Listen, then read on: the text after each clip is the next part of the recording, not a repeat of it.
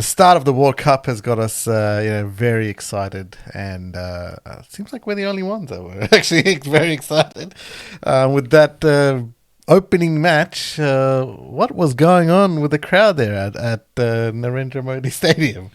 Well, initially it was. I mean, you've probably seen some of the photos on social media.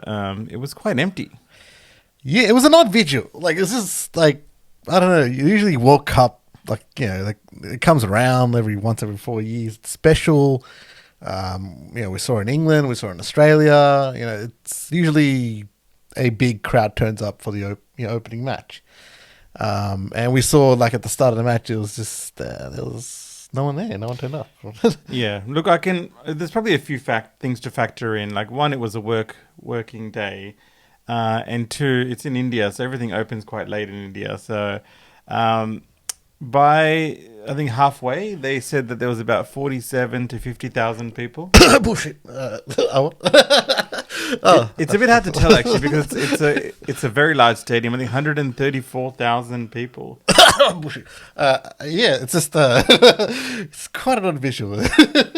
Yeah. I don't know why anyone's surprised. Like, if I'm being quite honest, I don't know, like, what the big hullabaloo is. Like, well, I mean, obviously, when you sell tickets a month out, doesn't really give chance for. Like we were saying, where was the Barmy Army, right? It was England versus New Zealand. Where was the Barmy Army? I'll tell you where the Barmy Army was. They're at home. You can't plan a ticket. You can't plan your trip to India in a month. Yeah, it's not going to happen. Like, your World Cup, you want to go for the whole World Cup, and you have to try plan it because the BCCI wants to, and the ICC wants to sell tickets a month out. That's just ridiculous. It's stupid planning. Yeah, is what I'm saying. And, like, even when they did release the tickets, it was a really weird system. Like, you buy them online, then you have to go somewhere. Collect it in person. Oh, like, come on. What is this bullshit, through man? certain collection points. I've experienced that when I went to the IPL, actually, once. Yeah. It was that same way. You purchase it online, you go to a collection point, you like no idea where it is, like a random spot. And the game, by that time, the game's already started, and you're, like, struggling to get inside the stadium. So this is where I think we fail sometimes. Like, come on. It's a world event. Yeah, cricket is one of the biggest sports in the world, and this is the premier tournament of cricket. Like, and for it to be as haphazardly organized as it is right now, it's disappointing because there should be packed crowds, right? Mm-hmm. And, like, it's to see, obviously Narendra Modi Stadium is 134,000, and they bragged online that there was 50,000 people that turned up. My ass, there was 50,000 people that turned up. Well, it looked like 20,000, if I'm being quite honest. It's a big stadium. Yeah, I mean, the big thing is, the bigger the stadium it looks, it might look more empty even with 50,000. But I mean, Jay Shah had to literally fill the seat himself. Because he was there in the crowd, like, just with random people. But we'll get onto that in a bit. But yeah, Jay Shah was there as well, so that was interesting. But it's just disappointing because, like, it deserves more. Like, we can't be living in this age where the biggest cricket board in the world, they can't organize a world event. And I've personally now just been trying to get, like, the India jersey as well, which has been complete hell. There's nowhere to get it from properly. Like, apparently there's 3 versions of it as well. And I believe they don't sell the World Cup version. They won't sell I've talked to the actual distributor. You're saying, yeah, the BCCI won't sell it for some reason. Every other board around the world sells their World Cup jersey. But for some reason, India won't sell the tri-striped one for some reason. Well, I remember the T20 World Cup here in Australia. Same thing, yeah. You could get other jerseys, but you just couldn't get the Indian jersey for some reason. Even at the game, while you're at the ground. Yeah. The staff were just like, we don't know. This is where we fail. This is where, like the actual experience of being an Indian fan, it's got to be better than it is right now. We're not doing good. Especially an overseas Indian fan, right? Yeah. You might be able to get the jersey, whatever, in Adidas stores all over the country in India, but, mate, for us, overseas, we're just trying to get some sort of way to get it. And the most disappointing thing is the World Cup specific jersey, because that becomes like a collectible item. Yeah. You know what I mean? Like, later on, you keep it at home.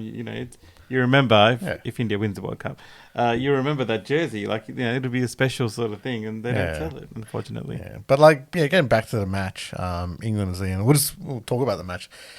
England got walloped, but there was one person that shined, and that was Rachin Ravindra, mate. Brown boy is really doing well. Yeah, I had no idea about this guy. I had no hopes that he would actually. I thought they would struggle because I believe Kane Richardson was out as well. Yeah. And then you got Conway opening, but then I thought, who's this Young kid? Yeah, Rachin. I was like, Rachin. That's a very odd sort of name as well. That's different as well. We learned about his name that like it's actually his parents are big fans of Sachin and Rahul Dravid, and they've combined the names and they've called him Rachin. So I mean, he scored a century. Yeah. Him and Conway.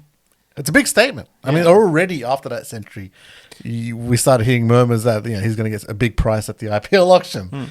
And this is after England England batted first, and they put up a pretty good total. Like they reckon they were about 50 short still.